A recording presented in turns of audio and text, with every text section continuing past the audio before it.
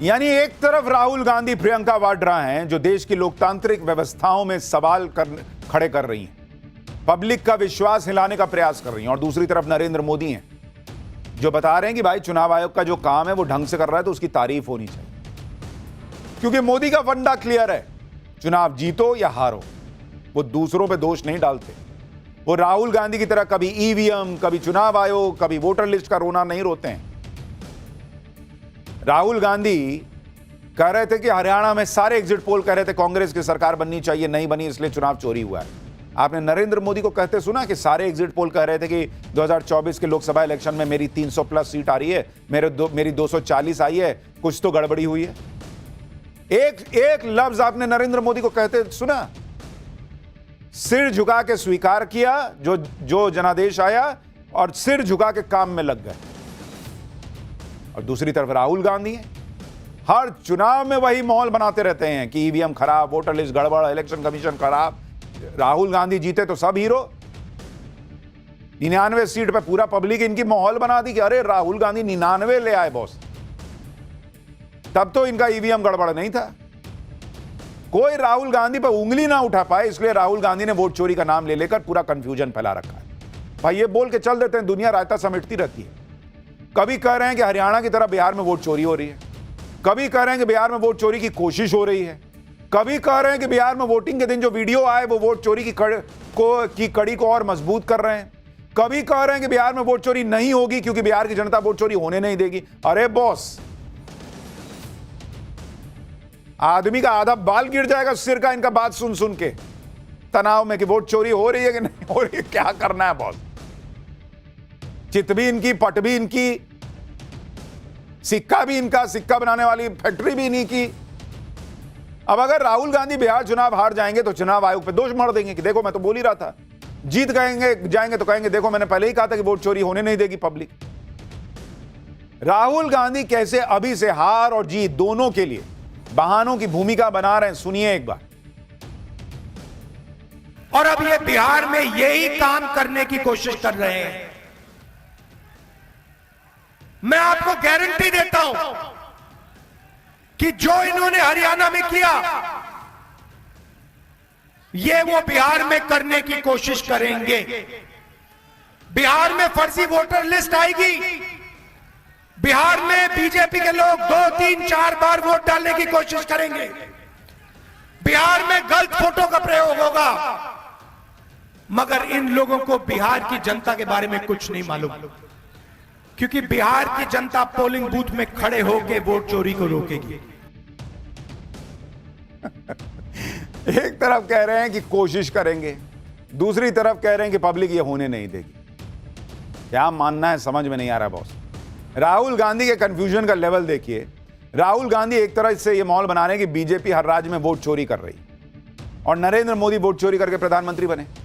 दूसरी तरफ आज राहुल गांधी ने दावा यह भी कर दिया कि बहुत जल्दी नरेंद्र मोदी की सरकार गिरने वाली है और इंडी गठबंधन की सरकार बनने वाली है। अगर नरेंद्र मोदी वोट चोरी करके चुनाव जीत रहे हैं तो फिर राहुल गांधी कैसे इंडी गठबंधन की सरकार बना लेंगे। दूसरी बात, जब हरियाणा के सीएम कहते हैं कि सारी व्यवस्था है तो राहुल गांधी उसे चुनाव धांधली से जोड़ देते हैं। जब खुद इसने इतने कॉन्फिडेंस से कह रहे हैं कि बहुत जल्द केंद्र में उनकी सरकार बनने वाली है, तो लोग नहीं पूछेंगे कि राहुल गांधी के पास कौन सी व्यवस्था है जो कह रहे हैं कि सरकार बनने वाली है मिड टर्म। राहुल गांधी कैसे डंके की चोट पर अब कह रहे हैं कि बहुत जल्द उनकी सरकार बन सकती है। सुनिए जरा दावा सुनिए। मेरी एक पर्सनल गारंटी है और मैं आपको यह कह रहा हूं, यह मेरा वायदा है, जिस दिन हिंदुस्तान में इंडिया गठबंधन की सरकार बनेगी, जो समय आने वाला है,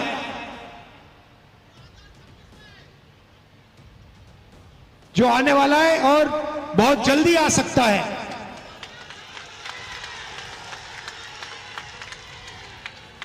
हमारी गारंटी है कि दुनिया की सबसे बेहतरीन यूनिवर्सिटी, नालंदा यूनिवर्सिटी जैसी यूनिवर्सिटी हम बिहार में खोलेंगे। कभी कभी तो लगता है राहुल गांधी सुबह सुबह उठकर वो रॉक पेपर सीजर खेलते हैं। रॉक पेपर सीजर, वोट चोरी हो गई है, रॉक पेपर सीजर, आज कोशिश हो रही है रॉक पेपर सीजर हमारी सरकार बनने जा रही है। अरे बॉस मन बनाइए। और मैं आपको बताता हूं ये सब क्यों कर रहे हैं सीरियस नोट पर। एक तो कि इनसे कोई ना पूछे कि आप काहे हरा रहे हैं, अरे वो सब चोरी हो रहा है बताए ना तुमको। और दूसरा कि निराशा का जो भाव कार्यकर्ता में आ गया है कि अब तो कुछ होना नहीं है, तो उसको पंप भी तो रखना है कि अरे अभी गिरेगी सरकार, यार क्या बात कर रहे हो, अभी आ रहे हम सरकार में। वोट चोरी पर राहुल गांधी खुलासे तो कर रहे हैं, लेकिन उनके खुलासे ना सियासी भूकंप ला पा रहे, ना जनता लोड ले रही। और जनता विश्वास करे भी तो कैसे? राहुल गांधी खुलासा करते हैं, उधर फैक्ट चेक में उनके दावे गलत साबित हो जाते हैं। हरियाणा को लेकर भी राहुल गांधी ने जो खुलासा किया, बिहार के चुनाव में उसकी कोई हलचल ही नहीं दिख रही। और शायद इसी बौखलाहट में राहुल गांधी अब नई थ्योरी ले आए। राहुल गांधी ने वोट चोरी को अंबानी अडानी से जोड़ दिया भाई, क्योंकि अभी तक उनको लगा कि मसाला नहीं लग रहा है, तो वोट चोरी में भी मिर्च मसाला लगाने के लिए उन्होंने अंबानी अडानी से वोट चोरी जोड़ दिया भाई। Next level. सुनिए जरा। सवाल उठता है ये चोरी क्यों करते हैं? ये चोरी अदानी और अंबानी की मदद करने के लिए, अरबपतियों की मदद करने के लिए, आपकी जमीन अदानी अंबानी जैसे लोगों को देने के लिए, आपके अस्पताल, आपकी यूनिवर्सिटीज, आपकी कॉलेजेस प्राइवेटाइज करने के लिए ये वोट चोरी की जाती है। राहुल गांधी में एक हुनर तो है बॉस, वो घुमा फिर के फिरा के हर चीज अंबानी अडानी से जोड़ने वाला लेख लिख देते हैं। मुद्दा कोई भी हो, राहुल गांधी उसमें अंबानी अडानी को खींच के ले ही आते हैं। जबकि राहुल गांधी का यह नैरेटिव इतना घिस पिट गया है कि क्या ही बोला जाए। आपको याद नहीं है 2019 में यही राहुल गांधी राफेल डील को लेकर कितना हंगामा काटे थे कि पीएम मोदी ने राफेल की डील ही की है अनिल अंबानी को फायदा पहुंचाने के लिए, यही आरोप लगाए थे ना। तब राहुल गांधी ने पूरा माहौल बना दिया था कि पीएम मोदी ने अपने उद्योगपति दोस्त अनिल अंबानी को फायदा पहुंचाया है राफेल डील में। लेकिन आप देखिए कि आज की डेट में उन्हीं अनिल अंबानी पर ईडी ताबड़तोड़ एक्शन ले रही है। ईडी अनिल अंबानी के बंगले समेत उनकी कंपनियों से जुड़ी 7500 करोड़ की संपत्ति जब्त कर चुकी है। बैंक लोन फ्रॉड से जुड़े मनी लॉन्ड्रिंग के केस में ईडी ने 14 नवंबर को अनिल अंबानी को पेश होने को कहा है। इसके अलावा मोदी सरकार के कॉर्पोरेट मामलों के मंत्रालय ने अनिल अंबानी की कंपनियों के खिलाफ जांच शुरू कर दी है। आप सोचिए बॉस, ये राजनीति चल रही है, तमाशा चल रहा है कि राफेल के मामले में भी आपने बोल दिया कि मोदी जो है वो अंबानी के लिए कर रहे हैं।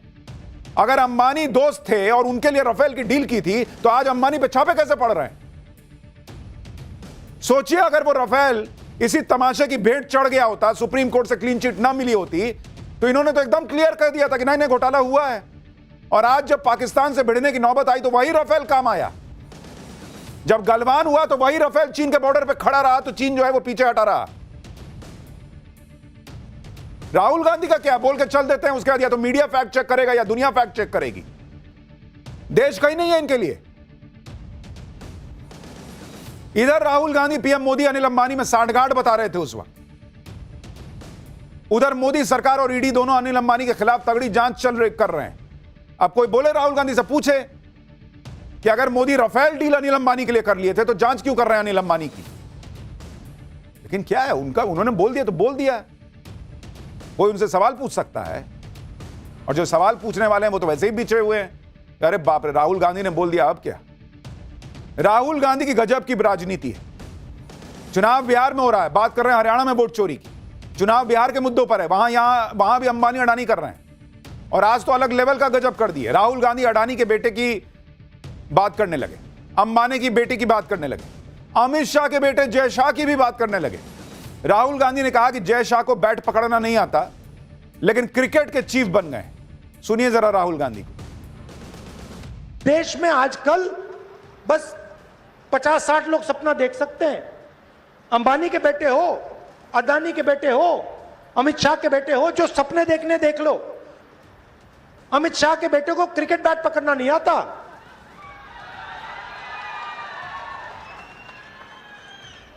रन लेना तो छोड़ दो, मगर है वो क्रिकेट का चीफ। पूरी क्रिकेट कंट्रोल कर रखी है। क्यों कर रखी है? पैसा। राहुल गांधी दूसरों के बेटे के बारे में तो बात कर रहे हैं। कोई उनसे पलट के पूछ लेगा कि वो इतने चुनाव हराने के बाद भी कांग्रेस के मुखिया टाइप क्यों बिहेव करते और बने हुए हैं, किस वजह से? वो भी किसी पूर्व प्रधानमंत्री के बेटे हैं तभी ना, या बहुत शानदार परफॉर्मेंस कर रहे हैं कांग्रेस के लिए इसलिए इतना उनको जो है वो चढ़ा के रखा गया है कांग्रेस में? कौन बात के लिए? और जय शाह का बिहार के चुनाव से क्या लेना देना बॉस? एक तरफ तो राहुल गांधी और उनका इकोसिस्टम कहता है कि चुनाव में मुद्दों पर बात करो, शिक्षा और रोजगार पर बात करो। खुद राहुल गांधी चुनाव में अडानी अंबानी करते रहते हैं, और अब जय शाह का नाम भी करने लेने लगे कि अमित शाह के बेटे को तो बैट पकड़ना नहीं आता, क्रिकेट का चीफ कैसे बना हुआ है? राहुल गांधी कह रहे हैं कि जय शाह को बैट पकड़ने नहीं आता, वो क्रिकेट के चीफ बन गए। राहुल गांधी भूल गए कि कांग्रेस के नेता अशोक गहलोत के बेटे वैभव गहलोत राजस्थान क्रिकेट बोर्ड के अध्यक्ष रहे। अगर क्रिकेट को कंट्रोल करने की बात है तो नॉन क्रिकेटर भी क्रिकेट बोर्ड को चलाते रहे। अशोक गहलोत का बेटा कैसे चला रहा था? वो क्या बहुत बड़े क्रिकेटर हैं? और भारत में ये कोई नई बात नहीं है। शरद पवार बीसीसीआई और आईसीसी दोनों के चीफ रहे। शरद पवार क्या बहुत सेंचुरी पे सेंचुरी ठोकते थे क्या? वो भी कोई क्रिकेटर नहीं थे, नेता थे। पूछें कभी शरद पवार से कि आप कैसे बन गए थे बॉस? इसी तरह एन श्रीनिवासन बीसीसीआई और आईसीसी के चीफ रहे। वो क्रिकेट खेले हैं क्या?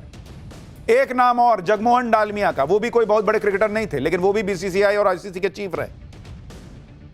लेकिन राहुल गांधी तो माहौल ऐसे बना रहे हैं कि भाई बैट पकड़ना नहीं आता, और अमित शाह के लड़के जो हैं वो क्रिकेट के चीफ बन गए हैं क्योंकि वहां भी कुछ कर दिया होगा इन लोगों ने। लॉजिक देखिए इनका। आईसीसी जैसे लग रहा है कि आईसीसी भी मोदी और शाह की जेब में, यह सुनो मेरा लड़का आ रहा है चीफ बना देना। और अगर यही बात है तो फिर सवाल यह भी उठेंगे कि खुद गांधी परिवार में कौन बड़े क्रिकेटर या खिलाड़ी थे बॉस, कि उनके परिवार के नाम पर भारत में खेलों के कई अवार्ड रखे हुए थे, स्टेडियम बनवा दिए गए। राजीव गांधी के नाम पर राजीव गांधी खेल रत्न पुरस्कार रखा गया था। राजीव गांधी कौन सा खेल खेलते थे बॉस? यह भारत में खेल जगत से जुड़ा सर्वोच्च खेल पुरस्कार था। अब सवाल उठेगा कि राजीव गांधी कौन से बहुत बड़े खिलाड़ी थे जो उनके नाम पर खेल जगत से जुड़ा सबसे बड़ा अवार्ड इतने साल दिया जाता रहा, बाद में पीएम मोदी ने इसका नाम बदला और मेजर ध्यानचंद खेल रत्न पुरस्कार किया। इसी तरह इस देश में गांधी नेहरू परिवार के नाम पर बने देश में 23 बड़े खेल परिसर हैं। नेहरू, इंदिरा, राजीव गांधी में कौन बहुत बड़ा महान खिलाड़ी था बॉस कि उनके नाम पर स्टेडियम बन रहे थे? एयरपोर्ट है Indira Gandhi international airport. Indira Gandhi pilot थी क्या कि उनके नाम पे एयरपोर्ट बनाया? पब्लिक नहीं पूछेगी आपके लॉजिक से। अस्पताल बना हुआ है, बहुत बड़े डॉक्टर थे इनके परिवार के लोग कि उनके नाम पे अस्पताल बना हुआ है। अरे बना है क्योंकि भाई वो लोग